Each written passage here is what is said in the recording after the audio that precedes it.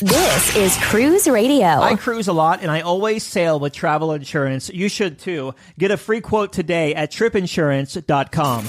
Broadcasting from the tripinsurance.com studios in Jacksonville, Florida. This is Cruise Radio. Hey, how's it going? My name is Doug Parker. Thank you so much for checking out this episode of Cruise Radio. Very happy to have you here, my friend. A review of Disney Wish this week. Also, staff writer Richard Sims is here with Cruise News. Jumping right to him now. Hey, Richard. Hey, Doug. We're kicking things off with an update on your favorite story about that world cruise ship. Yeah, so they have some good news to report, but I mean, call me when all the residents are on board and they're sailing.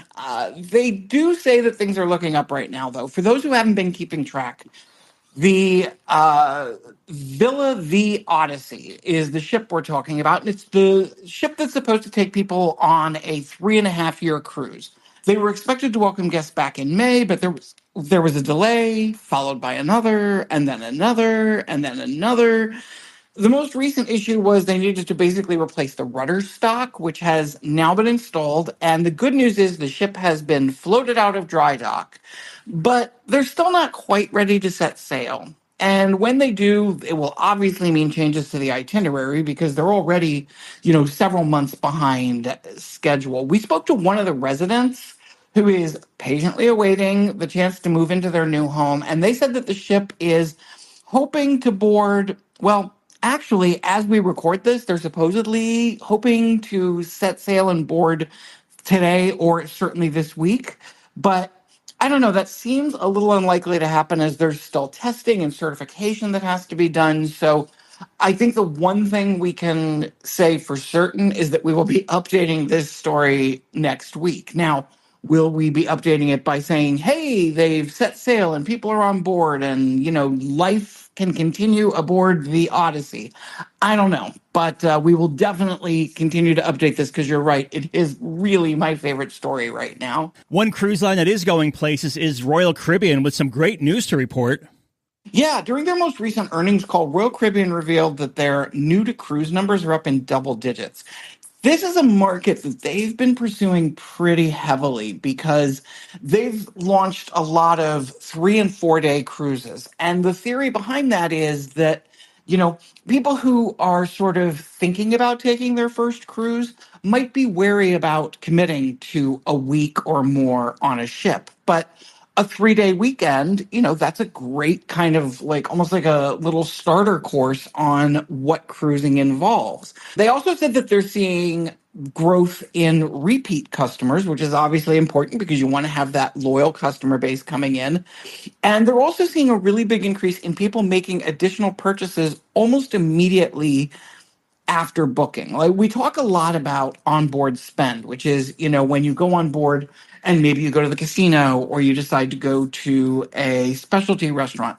But what Royal Caribbean was specifically talking about was people who make a reservation, and let's say their cruise isn't for 6 months, but they begin spending almost immediately. They want to make sure they're locking in those experiences that they really want. Maybe they've got a shore excursion that they're excited about, or they definitely want to have a specialty dining reservation for their anniversary. So they're seeing a big increase in the number of people who are booking these types of things in advance, which is also important for their bottom line because that's money that they have in the bank. Much like with your deposit, this is money that goes in their bank and lets them earn interest, and it's money that's not in your bank and is not earning your interest. So really good stuff here. There was also an interesting story. One of the ships, I believe it was Icon of the Seas, hitting 132% occupancy, which is kind of crazy to me. Now, a lot of people, when they hear that, we talk about this every now and then, but they're like, wait, how can it be 132%? Does that mean that if an airline overbooks, people get bumped? No. Full occupancy is every room having basically 2 people in it. You go over 100% when every room has 2 people in it, and other rooms have, maybe a family, 3, 4, 5 people in it. The more of those types of rooms you have that have that kind of occupancy, the higher your occupancy rate gets. So they had 132% occupancy, which is great for them. Personally, I prefer a ship at around 80, 90% occupancy just for my own comfort level because there's 132% is a lot of people. These ships are big and hold a lot of people as it is. To push that much further past the 100% occupancy, that just seems like, I don't know, way too many people for my taste. And another cruise line had a positive quarter. Yeah, Norwegian Cruise Line. I mean, basically all the cruise lines are printing money right now. How long this will go on, nobody knows, but it's certainly proving positive. Norwegian Cruise Line, their latest report said they had a net income of $163.4 million, dollars, up from $86.1 million dollars the previous year. So that's obviously very good.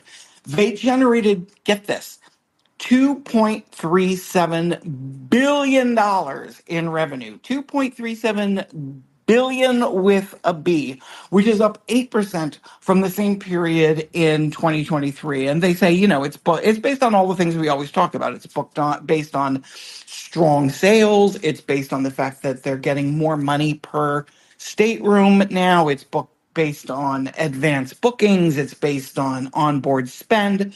No matter how you look at it, they're basically making money. Their occupancy rate is hovering around 106% with a 2% increase in revenue per passenger day. So that's good numbers any way you look at it. And their debt, they ran up, all the cruise lines ran up a lot of debt during the shutdown, and they're still working on paying those off, even though they're making all this money.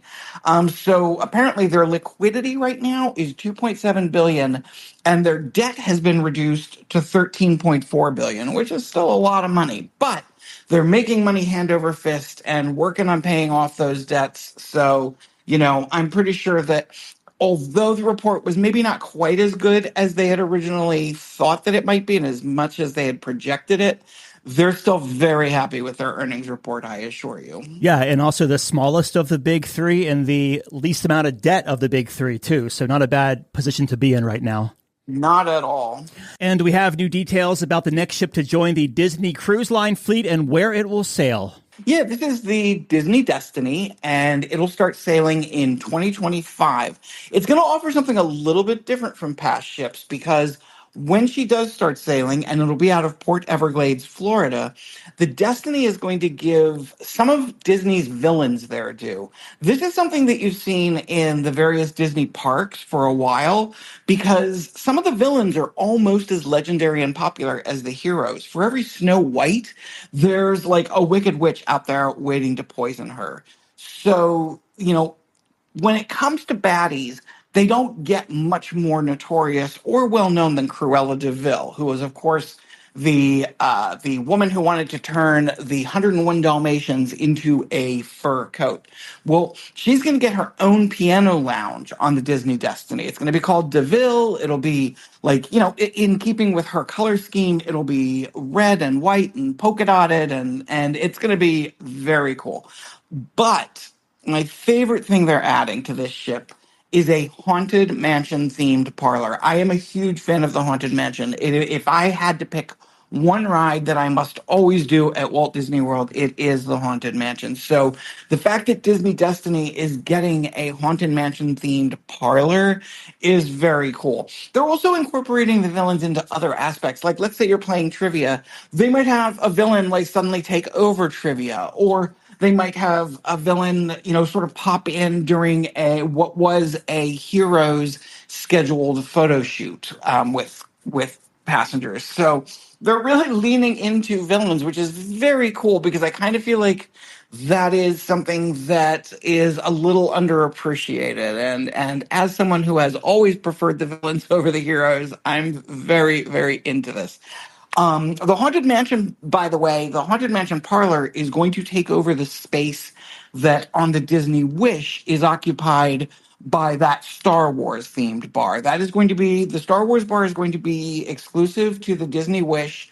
And now we will have the Haunted Mansion on the Disney Destiny. And we'll probably be talking about this ship more next week as they're expected to roll out some more details about this. So it's very exciting, and I expect that people will definitely be booking this in advance. And guests on 2 different cruise ships wound up on an unexpected excursion thanks to a natural disaster in Alaska. It sounds as if this could have been a really bad situation, but it all was handled really remarkably well, to be quite honest. So both the Holland America Koningsdam and Princess Cruises Discovery were docked in Alaska, and about 150 passengers between these ships had gone on the famous White Pass Yukon Railroad, which is one of the most popular excursions. I can't wait. I'm doing it in May. I'm very excited. But as they were coming back down the mountain, there was a rock slide, which wound up closing the tracks and closed a big stretch of roads, which they needed to take back to the port. So they were basically stranded. What followed was sort of an unexpected adventure as they were loaded onto buses, which then took them to tender boats, because the ships moved to another town and they had to take these tender boats to get them out to the ships. Ultimately, everything ended up fine. Everybody got back on board. Some of the passengers were even kind of excited about it. They were like, this is a story to tell. This is something a little different. Obviously, some were not thrilled because it did take 7 hours for them to get from one place to the other. But ultimately, everything turned out okay. So I guess that's the important thing to keep in mind. That's the good thing about having multiple cruise lines from one brand cruising in the same region. You're right. I didn't even put that together at the time. I sometimes forget all the different cruise lines that are incorporated under Carnival Corporation. Yeah. So we'll end things here on a sweet note. This is the kind of thing that only cruisers could possibly get both excited and up in arms about. And that includes me. So for a lot of people, the first thing they do when they get on board a ship is they head straight to the buffet. Now, I'll admit that is not me. I think the buffet, the 2 things you want to avoid when you get on a ship, as far as I'm concerned, are the buffet and the elevators. Save those for later because that first day, they're insane. But anyway, on Carnival Cruise Line in particular, one of the favorite embarkation day treats has historically been what's called the funfetti cheesecake. And that is exactly what it sounds. It's fun. It's a cheesecake that's got that, little sprinkles and sparkles of color all over it. It's been wildly popular for years now, but it's been missing from some ships on embarkation day. And of course, when that happens, people go to John Heald, the brand ambassador, and they complain. And then John Heald, if he thinks the complaints are valid, he takes those complaints to what he calls the Beards, which are the executives in charge at Carnival. And he did that in this case, and they handed down a decision from the gods that basically said, from now on, all the ships across the fleet will have funfetti cheesecake available on every ship on embarkation day. So that is, what better news could we end with than that if you're a Carnival cruiser who loves your funfetti cake on embarkation day, and that makes sense. It's, the cake looks like a celebration. You're throwing confetti in the air to celebrate that you're on vacation and you're starting your cruise. Well, now you will not have to head to the buffet and be disappointed by the lack of funfetti cheesecake because they've got you covered. Who was that? Rip Taylor, who would throw the confetti everywhere? Yes, yes, who would throw the confetti in the air. Wow, good memory. As always, staff writer Richard Sims, thank you, my friend. As always, glad to be here. Have a tip or a lead on a news story? Let us know. Email tips@cruiseradio.net. A big question we get at Cruise Radio is, how do I know if I need trip insurance? Simple answer. If you're getting on a plane, taking a road trip, or getting on a cruise ship, you need to have travel insurance. Hey, it's Doug Parker from my friends at tripinsurance.com. Not only does tripinsurance.com protect your vacation investment, but it also gives you peace of mind in case anything were to go wrong on your trip. How do they do it? They offer 3 different types of trip insurance policies. Good, better, and best. One policy for every vacation budget. But it doesn't just stop there. They're up to 40% lower when you shop around on other comparison sites. Plus, tripinsurance.com offers 24-hour customer support before, during, and after your trip, online claims assistance, and travel alerts to let you know what's going on at your destination. But find out for yourself. Check out tripinsurance.com. Have a question or a comment for the show? Yeah! Send an email or voice memo to Doug@cruiseradio.net. So Chris and his family sailed a 4-night sailing on Disney Cruise Line's latest ship, Disney Wish. Chris joins us on the line to talk all about it. How you doing, my friend? Very good. Thank you, Doug. Yeah, thank you for offering to give this 4-night review of Disney Wish. So before we get to the ship itself, as we always do, we'll take a step back. Give me some pre-cruise thoughts. What made you want to take this 4-night on the ship? We've been on a bunch of Disney cruises over the last couple of years, pre and post pandemic. And with the new ship out, we wanted to get on and see all she had to offer.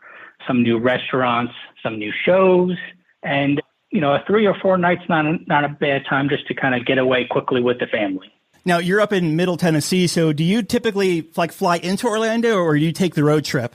No, we will typically fly in. I love putting everything on my Southwest credit card. So I'm able typically to grab a companion pass and we'll fly down as a family. Let's talk about your embarkation. You make your way down to Port Canaveral from Tennessee. How was the embark process? The embark process is great. So with our Disney Cruise Line history, we would typically almost have always sailed out of Port Canaveral. So in the past, we have stayed at a couple different Cocoa Beach hotels and have taken the transportation wherever the hotel was offered. But our first cruise coming out of the pandemic, we learned a valuable lesson that sometimes those transportations will go to all the ports and go to Disney last. So we actually got to the port a couple hours past our boarding group. So at that time, my wife started to research Disney transportation itself, and we've never looked back. So with this time, we typically will fly down and actually stay at the MCO Hyatt and sign up for Disney transfers. Now, I realize Disney transfers is not always the cheapest, but it does come with a good amount of benefits, which I might just drop little tips throughout the podcast about the benefit of using Disney transfers. So we'll typically fly in the day before, and the morning of embarkation, I'll get up early, say around 7 o'clock, and we'll get everyone's breakfast run, some Dunkin', cinnamon buns, McDonald's, whatever everyone wants, and bring it back to the room. Once the family's kind of done eating, we will pack our bags and make sure we have our Disney luggage tags on those bags. One of the benefits of using Disney transfers and staying at the Hyatt is they will actually come and get the bags out of our rooms. We'll leave the bags and have them ready for around 8 o'clock, where I'll go down and check in with the staff down at the waiting area, which while I'm checking in, they'll give me a Disney-related sticker that will tell me a time to actually come back to that area before we get on the bus. So typically, I try to get on the first bus, which will leave, I think, around 9:20 a.m. So the other benefit of using the Disney transfer I found is that my arrival time and boarding groups are typically very early. So I'll have a 11 to 11:30 arrival time with a boarding group anywhere from 2 to 6.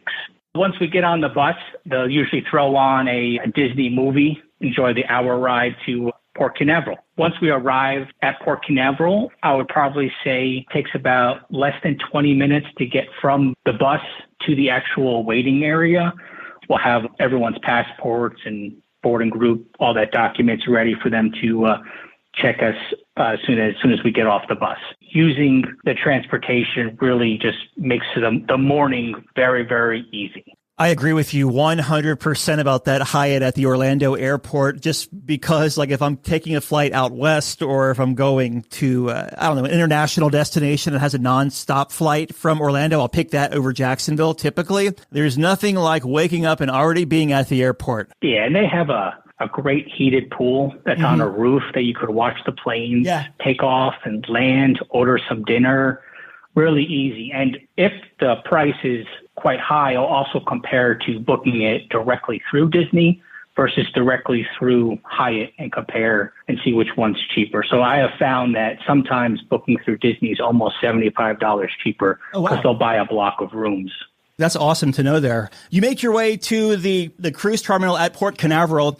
So about 45 minutes from the Orlando airport to the cruise pier, you make your way on board. How much cruise paperwork is done in advance against doing it at the cruise, the terminal once you arrive? So with Disney, based on your Castaway Club level, they now have tiered check-in days. So anywhere from 40 for our our concierge level all the way down to new cruisers 30 days out. And what that process pretty much entails is uploading to their website a picture of yourself, shoulders up, and a picture of the documentation you want to use. For my entire family, we have passports.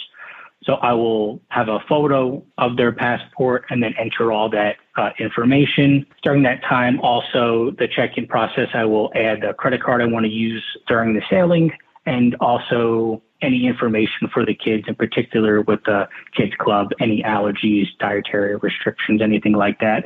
So knock on wood, if Disney's IT is working fine, it doesn't take too long, but a lot of times you are doing that with everyone you're sailing with. So there are times where it does take a little bit to do that process.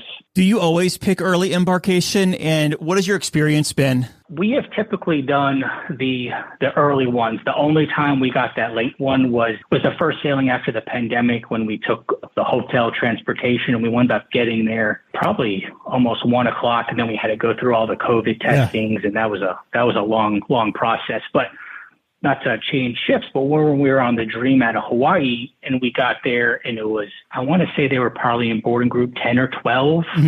There were no lines. We walked right on. So nice. I would say those first 10 boarding groups, there's a good amount of people, but their process is so good. They have 4 or 5 people checking. The lines go real quick once your boarding group is called. Gotcha. Okay, very cool. So how long would you say it took you from curb to ship to board Disney Wish? I would definitely say under 20 minutes. Outside to get into the security area, they'll check your boarding group. There was no line for that. Once you're in there and going through security, that process does take a little longer because they'll verify everything on your documentations, give the kids their Disney bands so they can get in and out of the kids clubs. You'll go through the little security checkpoint with your bags, and then you're in the port. Now, honestly, I like getting there with a little time because that will give me the ability to download the app and kind of start to get on the cruise ship's Wi-Fi so I could see what my first day's activities are. And then what were your first impressions? Because I've seen, the B-roll and the tours of all the Disney ships, but walking onto Disney Wish for the first time, what were your first impressions of the ship, or was it, it's just pretty much just like the other ones? It's quite breathtaking, Doug, to be honest. The first time you get on, Disney likes to announce your name. So that's always exciting to hear that as you walk on with your family. And the Grand Hall is quite massive on the Disney Wish with a built-in stage, and it's just gorgeous. They call it a floating castle, and it really is quite breathtaking. You could walk in, look around, and just quite be mesmerized by all that little area has to offer. And when you walk on, if you wait a couple minutes, they will come around and give the little ones a little wand and do a welcome wish with some of the characters on the stage. They definitely did an excellent job organizing and building that area. Some cruise lines either let you go to your room early or drop your bags off early before that 1:30 staterooms are open call is made. Does Disney let you do that with Status? They'll typically have ropes up so that you couldn't even get to your rooms. But typically, I've been on some of the ships where the rooms have been ready as early as 1:30, 2 o'clock. So it's by the time you get on, grab some lunch, get some sunscreen on the kids, get them in the pool, that 1:30, 2 o'clock just flies right by. You make your way to your stateroom. What kind of stateroom did you book on this 4-night cruise, and how was it throughout your voyage? This one we booked a veranda, which is the kind of room category we'll typically get. The reason why we like the veranda is I just love a cup of coffee in the morning on the veranda looking out at the sea. And plus the kids love just hanging out on the deck when we're in the room. There is plenty of room on these cruise ships that I don't feel like we're on top of each other or anything like that. With a party of 4, I have my wife, daughter Brooklyn that just turned 8, and Jake is 13. And the other thing that we love about the rooms is the split bathrooms that most of the staterooms on Disney have. So someone could use the toilet while someone's also in the shower or getting ready in the other bathroom. So the rooms are spacious. We find that they're great. The split bathrooms certainly make things a lot easier. Do all the Disney Cruise Line ships have these split bathrooms, or is that a newer thing that has been introduced over the most recent generations of vessels? So all the Disney Cruise Line ships, besides certain inside rooms, which I believe the terminology maybe is deluxe family or just family inside rooms, will not have that split bathroom. But I would say majority of all the ships, all the staterooms do have this split bathroom. One thing that is different on the Wish versus the other ships is the shower separator or divider is actually glass versus on the Dream Fantasy that we've been on, it is just a typical curtain. So that was a nice upgrade to have a glassed-in shower. And that's one thing that makes getting ready with a larger family, family of four, makes it easier. And plenty of storage for everyone? Yeah, so typically we have, the Wish does not have as many drawers per se as some of the other ships, but it does have enough hanging room. So from our first time on the Wish to the other times, I've learned to actually bring most of the kids and everyone's shirts on hangers and actually use more hanging than actual self-storage. So I've adjusted a little packing versus being on other ships that had more drawers. You've touched on this briefly, but I want to unpack this a little bit more because Disney is a whole different beast. It can be, I should say. So let's say someone listening has kids, they walk on board. What should their game plan be, or what is your game plan before the stateroom? On the Wish, it has a nice little slide that adults can even use during open hours. So I always get on that. I love that little the little slide to go down a deck.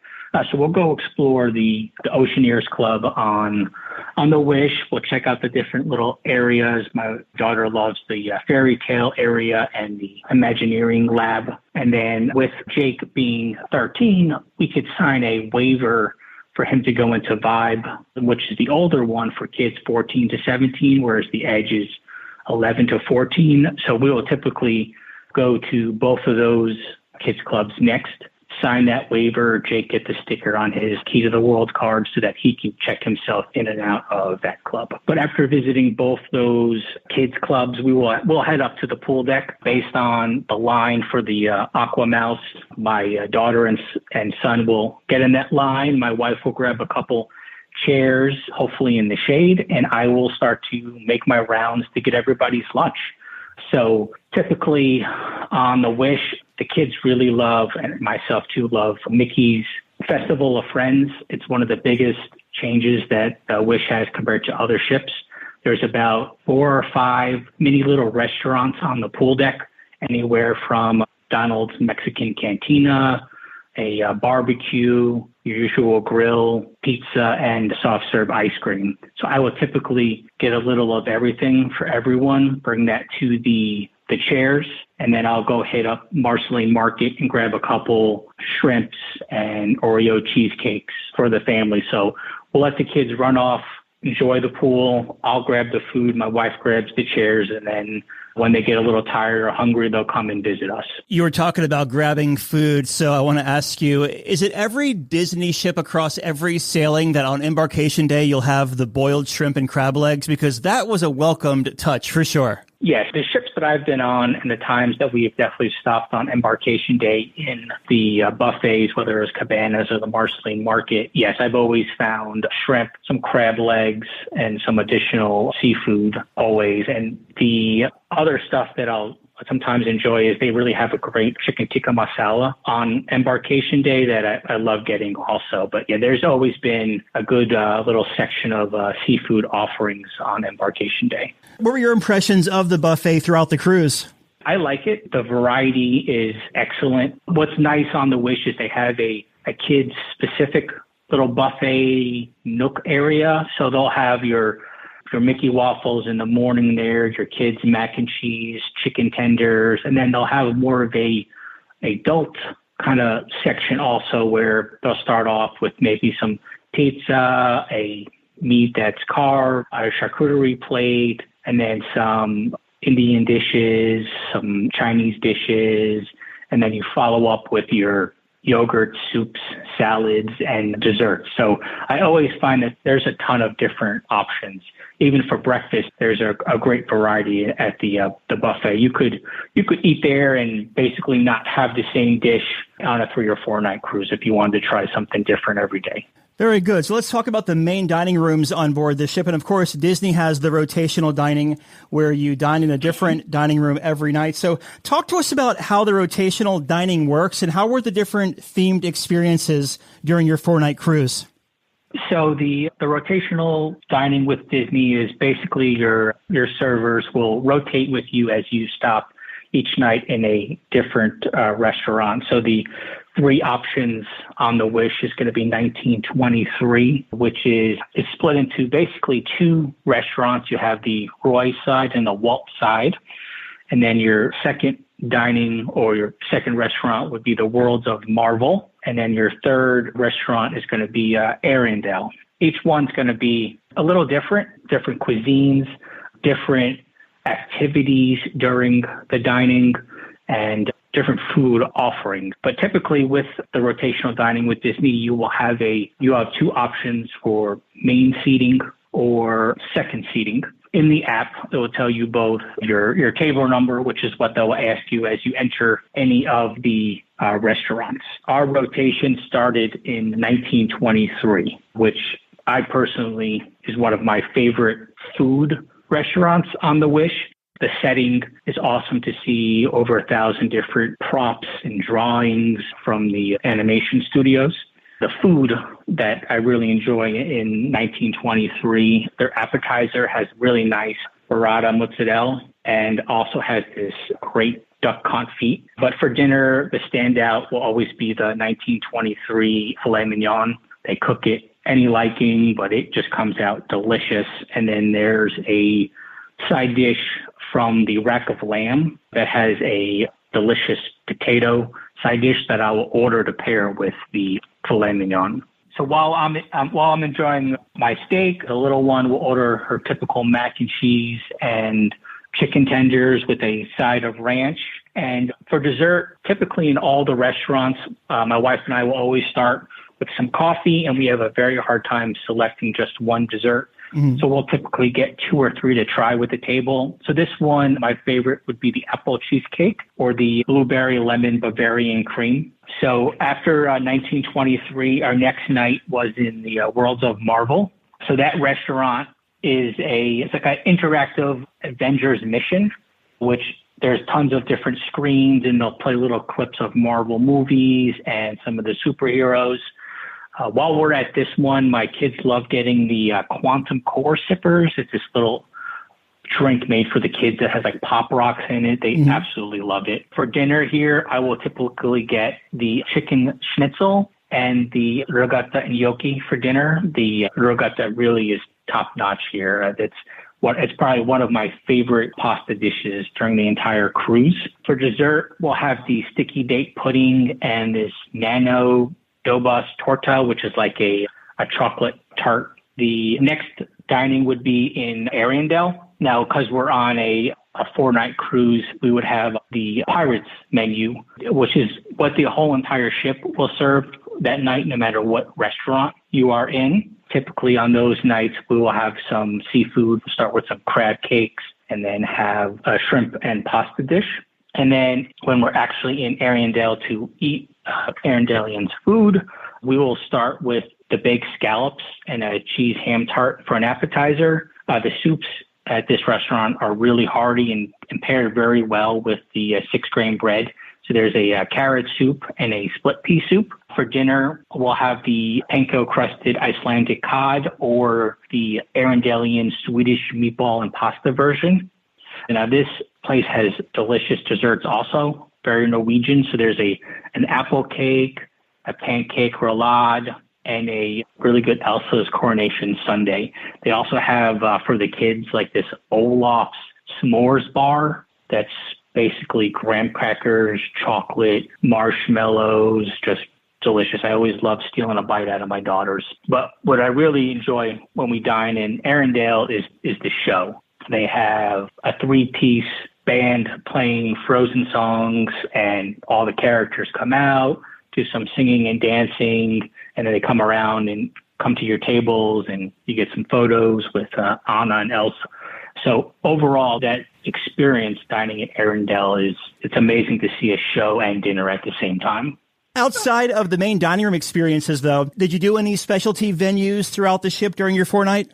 So different lounges we've stopped at to get drinks. Nightingale's is an awesome piano bar, or the Bayou is a jazz music themed lounge where we'll stop and get a beignet and a flavored coffee at nighttime. Typically, my wife would do a massage at the spa, but on this cruise, with it being so short and one of our first times on the Wish, we really wanted to see all that she had to offer. In the past, on our honeymoon sailing on Disney Fantasy, my wife and I, we ate at Palo, and I could talk about an hour about how delicious that food is in Palo, and that would be an extra cost. But we did not do any additional dining on this sailing. Now, Chris, I know they have. Is it Palo that has the brunch? Yes, Palo does have the brunch. Yes, and on the Wish, they've changed the name to Palo Steakhouse versus the other 4 ships still are just called Palo. But yes, they have an outstanding brunch. Okay. I noticed, is it typical that is a hard ticket to get? Because we kept trying and we could never snag it on ours. Yes, that is typically a hard ticket to get. And if you aren't able to get it before you get on the ship on embarkation day, once you get on the ship, you can go to guest services or wherever they're doing restaurant stuff and get on a wait list. They will sometimes hold back some reservations for people that can book once on the ship. Okay. But yes, Palo's always been a very hard reservation to get. Now, I remember on Fantasy, they had this really delightful confectionery. It was like a candy shop / ice cream place. And we were there every single day, sometimes twice a day. Do they have one of these on board?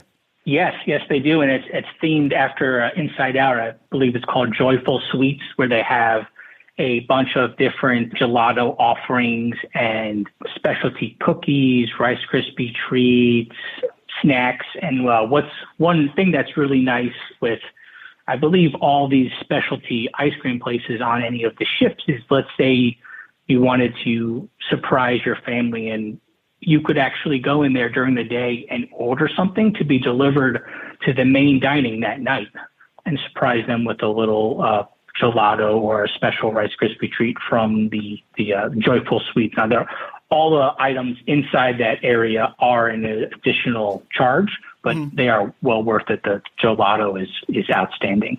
Definitely. So let's talk about the entertainment on this 4-night cruise. How was it during your sailing? It's top notch. Disney will have Broadway shows, typically 3 different kinds during your entire sailing.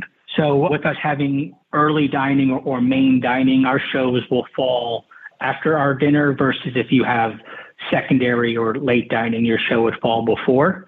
So on the first offering is called Disney Seas the Adventure. And what I like about this show is because it being the first show, it's a little shorter than all the other ones. So you can kind of bring your family and see how the kids last. I believe the show maybe lasts 30 to 45 minutes.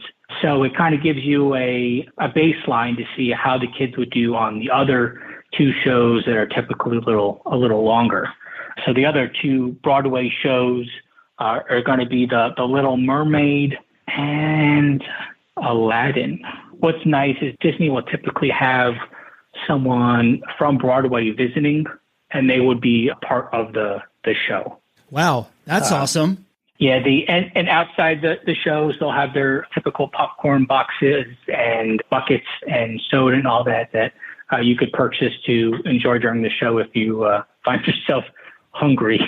Some other shows offering besides Broadway shows is on embarkation day, they'll have the Set Sail on a Wish, which I always love running up to get a spot right after the in-person muster drill. So what this show involves is typically your Fab 5 Disney characters dressed up. And during the show, they'll do a nice little countdown. And during the countdown, we're pulling away from Port Canaveral. They'll play the musical Disney Cruise Line horns. And it's just a party to get the sailing on its way. Love it. The other show or shows that we love is Pirate Night shows. That's one of the first things that really made me fall in love with Disney Cruise Line. I have a great memory of our first sailing when Brooklyn was 3, and Jake was 5, watching the pirate show, seeing Mickey basically zip line from funnel to funnel, fireworks, loud music from the Pirates of the Caribbean. I absolutely love the Pirate Night shows. They have 2 different shows. So earlier in the night, they have a Pirates in the Caribbean, which is Mickey and the Fab Five dressed up in their pirate costumes and kind of a dance party. And then later in the night, they have the Pirate Rockin' Parlay Party. And that one has like a live band that plays 80 music that ends with fireworks. The fireworks, are they always on Pirate Night on the ship? Yes, sir. There is a caveat with some of the sailings this year with Disney celebrating their 25th anniversary. Mm-hmm. On certain sailings, they have added a second night of fireworks. Nice. But typically, they would always end with Pirate Night shooting off from the actual ship. I've been on other cruise ships before when Disney does it, like off the coast of Nassau. And it's like you can tell the cruise ships like to get a little close to Disney so their passengers can watch the fireworks from sea. Yes. There's always typically 1 or 2 cruise ships in the horizon. Yes. Yeah. It's like, don't mind us. We're just kind of easing by you here as you do your fireworks show. As far as the sea days on board, because on this one, you went to Castaway in Nassau, but you had a sea day. So how was the ship for crowds and congestion? And is it laid out like the Fantasy and Dream, or is it a little more spacious in your eyes? So I like the way the pool deck is set up on the Wish. They have 5 different smaller pools, all with different depths. So my daughter loves swimming in the deeper ones, which are going to be on the upper, quote unquote, pool decks. But having multiple pools, it also allows the crowds to space out a little. And honestly, the longest line is always going to be for the Aqua Mouse, the water coaster on the Wish. But there's always typically enough chairs. There's also a adult-only area, which is towards the back of the ship that will have 1 or 2 pools or a hot tub for adults only and some extra chairs. One of the best things about being on a Disney cruise ship is sitting in the pool and getting to watch the funnel vision. So throughout the day on this massive screen, they were playing just Disney movies 24/7. Nice. Now, is it like, so for the Aqua Mouse, okay, so I can compare it to Fantasy, where I went 7 times in a row the morning of Nassau, but that was because the ship was at under 25% capacity. So how long are you queuing up to actually ride it once on Wish? It's really going to be based on the time you get there. If you were to get there right when they open in the morning, you're probably under 15 minutes. Mm-hmm. If the line ropes through and starts to go down the stairs, you're talking 30, 45, maybe an hour, but it's worth it. I mean, a lot of times on embarkation day, after we see the kids club, that's where my daughter goes and my son, and they ride it 3 or 4 times in a row. Wow. They're able just to kind of get out, maybe run back in line, or if there's no line, they let them just stay on. But yeah, based on how busy the ship is and how full it is, those lines can be quite long. So typically I would try to get it in the morning, or if you have that second dining, that once all those people kind of get to their rooms to start getting ready, mm-hmm. those crowds die down, and that's really when you want to hit that up if you have the opportunity, or even after you're dining, do it while it's dark out with the lights on the ride. It's quite awesome. Gotcha. Okay, cool. Sorry, I know I sidetracked you there when you were talking about the sea days and crowds and congestion. So moving past that, what were your other thoughts? What I love about sea days is all that Disney offers, whether there's different kinds of trivias to go to, towel foldings. Sometimes they'll have a juggler or a comedian. They'll also do special events for the kids in the kids clubs. And Jake, being a basketball player, loves the Wish. They have an indoor basketball hoop, so he can go there for a couple hours, just play basketball the whole time. So there's something for everyone in everyone's age group on those sea days to kick back and relax. Very nice. So let's talk about the ports you hit on this 4-night cruise. Now, was it Nassau first or Castaway first? It was Nassau first. And what was great about this Nassau stop was it was right after that new port mm-hmm. area opened up. So typically on our previous 3-night sailings, we might just stay on the ship on our Nassau day and just get to know the ship or sleep in and kind of relax. But this time with the new port, I really wanted to get off and kind of see the area. So it was awesome to see some of the new shops. They were still building a lot of it. And then there's a large amphitheater all the way at the end that I'm excited to kind of see on future cruises, to see if there's going to be some type of live music or concerts going on during our port days. The other thing that was nice about the port area was it was fenced in, which kind of allowed a control of in and out in certain areas. Mm-hmm. So it was easier to pick certain areas that if you wanted to get outside the port, like let's say you wanted to stop at the Harley shop across the way, well, I could just exit in that certain area versus having to kind of walk down the whole front strip there or anything. But I think once that area is kind of finished, a lot of the shops are still being built and still were empty. Once that area is built up, I think that would be a great little haven to stop and get off on. How long have y'all been going to Nassau for? We have been sailing, I would say, over 10 years. So it was back when the Magic was doing a 3-night to Nassau. So I would say it's definitely been over 10 years, yes. I haven't been to the new Nassau cruise port since it's been open. So remember the old place, the Festival Plaza, I think it was called. It was very hot. You had to get channeled through this little room to get onto the ship. Is the new port like that at all? Just the only area that's covered is actually where they're doing some of the hair braiding. Otherwise, it is completely open. They did cover some of the amphitheater area, but it is wide open, yes. Anything else we left out on Nassau before we hop to Castaway? No, I think I would say, I know a lot of people like to stay on the ship, but I would get off, explore that new port area, and then get back on. It's a nicer little area. Yeah, for sure. I can't wait to check that place out. So the next stop is Castaway Cay, Disney's private island in the Bahamas. How was your day there?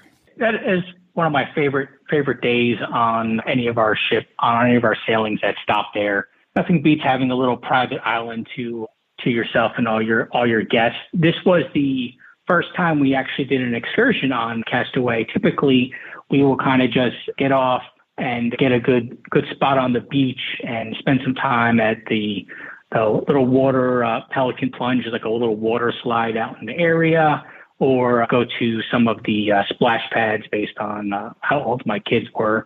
But this time we actually did the Stingray excursion, which was a lot of fun. It was about an hour in the water with them, chasing them, touching and holding and getting to feed the stingrays. So it made stopping at the island a little more enjoyable than typically just being a beach day. Cool. As far as the rest of the day, we always enjoy stopping at Cookies 1 or Cookies 2 and getting the barbecue, hamburgers, hot dogs, chicken, and the soft serve on the ice cream seems to always taste a little better than on the ship. But I think that's just because my feet are in the sand or in the ocean. I could totally be botching this up or getting my islands confused, but from what I remember, there was a place that served steak. Was it like called Serenity Bay or something like that on the island?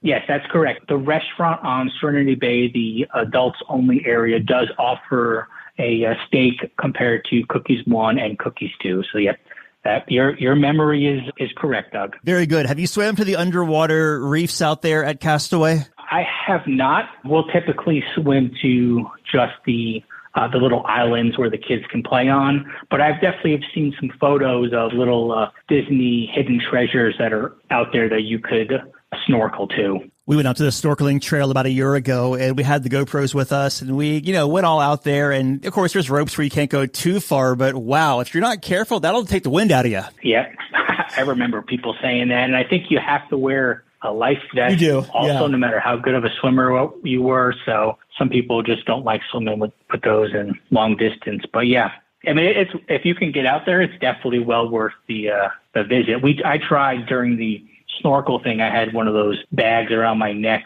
for my iPhone to try to get some photos and videos, which the photos worked out well. The videos weren't as good, but I'm a runner, and I still was like, this is a long way out just to be young again and have that energy. Oh, yeah. You make your way back to Port Canaveral. How was the debark on the ship? Yeah, debark I found is very easy with Disney Cruise Line. Typically the night before, if you're not going to carry your bags on, you pack whatever you don't need and you place them outside your door before 10 p.m. They'll come around and grab them and they'll magically show up right before customs. Typically I'll have 1 or 2 carry-on bags that I'll bring with me to breakfast on that morning. Wherever you ate the night before is where you'll typically have breakfast, or cabanas or Marceline Market, the buffets are open also. So to let the kids sleep in a little more, we'll typically skip that breakfast because the first dining, that breakfast is at 6:45. And you got to be out of your room by 8 o'clock. So we will typically get closer to that 8 o'clock and then head up to the buffet and enjoy our last meal on the ship then. So I guess we should probably also say, just for the person that is not familiar with Disney Cruise Line, is there is no casino on Disney Cruise Line ships. But I want to ask you this, though, because we didn't actually touch on this except for your kids checking into the kids' clubs. I know a real testament to a kids' club is if they just want to keep going back. So what did your kids think of the kids' club on Disney Wish? Both my kids absolutely love the kids' clubs. One of the best thing you could do for your kids is actually to have them spend some time in the kids' club on embarkation day.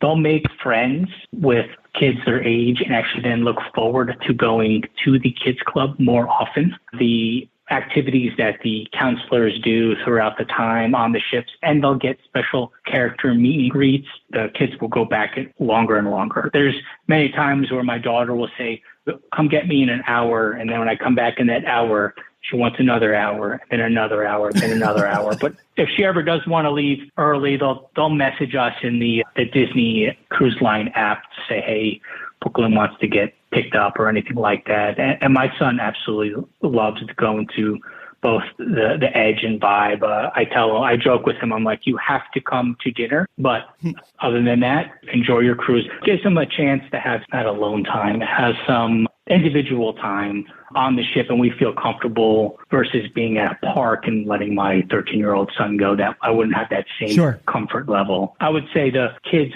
want to be in the club as much as they can, besides taking them out to feed them. I'm sorry, I keep derailing you. So you have breakfast.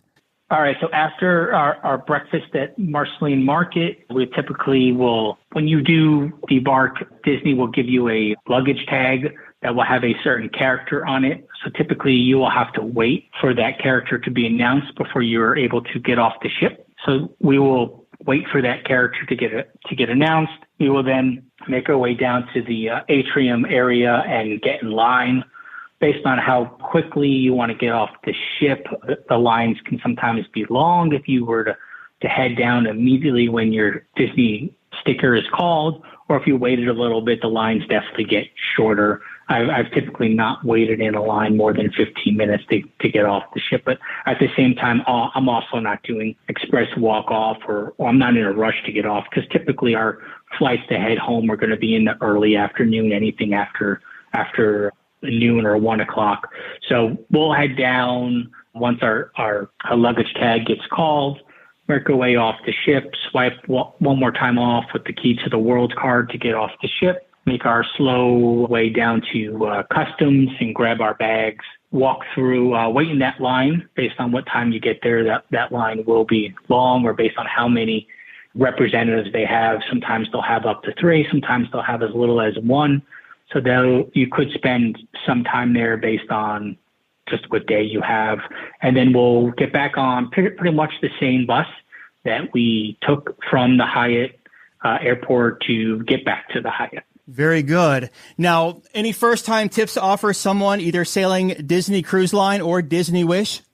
I would say a first-time person to spend some time in the app. And if you heart or favorite an item or an activity in the app, it will remind you 15 minutes before. So what I would do is I would plan out your day, but then realize also you are on vacation, and don't stress because you're not going to get to experience everything. So just prioritize what some of the activities or events that everyone in the family wants to see and get to go experience them.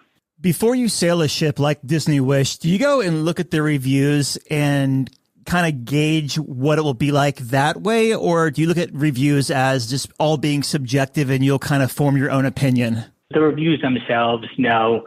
I know what what Disney has to offer as far as service and the excitement that my kids have while being on a Disney cruise. So no, the negative or the we don't like change reviews, those did not hinder at all my ideas being on the Wish. And in fact, we would go on the Wish again if we didn't want to explore a different ship. But my goal is to eventually get to sail on all of them. Good goal to have there. So looking back, what was the biggest highlight of this cruise? The biggest highlight was getting to experience the new ship and all that she had to offer. It was really great to see Jake in there just playing basketball. He didn't stop smiling. My daughter loved the kids club, and nothing beats a sunset with my wife on the pool deck, having some soft serve and watching a Disney movie. The adults only pool area, I believe it's called like Satellite Falls on Fantasy. What is the area like on Wish? Yeah, they have something equivalent. I think it's the Cove area. So basically on one side, towards the back of the ship, they will have a hot tub. Mm-hmm. And then in the back area, they'll have a Cove bar and a Cove cafe with two different pools. Now, they're not necessarily pools that you could swim in, but more of a wading pool or will have some type of waterfall falling on your shoulders. There is like a infinity-like pool in the back that gets quite crowded because of how small it is. So they have about 3 or 4 little pool-like options in the adult-only area on the Wish. How about this spot? I think it was on the lower level of Fantasy, and it was an adults-only area, a district, I guess. I don't know if that's the proper name for it, but like a little French bar, a piano bar, a nightclub.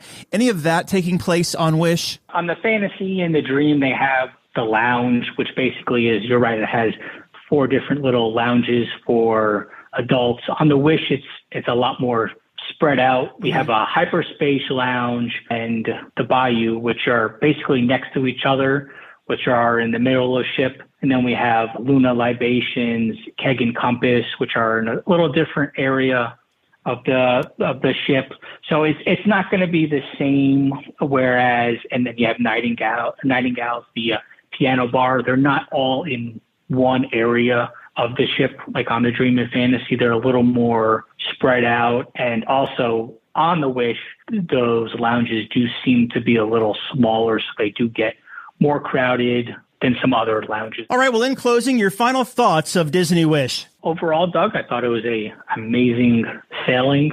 Getting to see the new Nassau port was a lot of fun, and being on a brand new ship with some brand new restaurants and new activities to try was an absolute blast. I honestly cannot wait to get on another Disney cruise very soon. You mentioned earlier you had a little place on the web that you talk about the Disney ships and explore them. Where can we find that? Yes, so my website is dclcruisingdad.com, and the same for basically all the social platforms. On the website, I'll share photos of the staterooms we've been on, the restaurants, and pictures of the food of the ships that we've been on. So if anyone's interested, they can learn a little more about the Wish and the Dream. That's what is uploaded on the website right now. We will link that up in the show notes at cruiseradio.net. Thank you, my friend. Thank you. It's been an absolute pleasure and an honor, sir. All right, Dougie, let's see what we got for you, buddy. Cruise Radio is produced at the tripinsurance.com studios in Jacksonville, Florida. Get cruise news, ship reviews, and money-saving tips every Thursday on Cruise Radio. If you've enjoyed this episode, please subscribe to the show.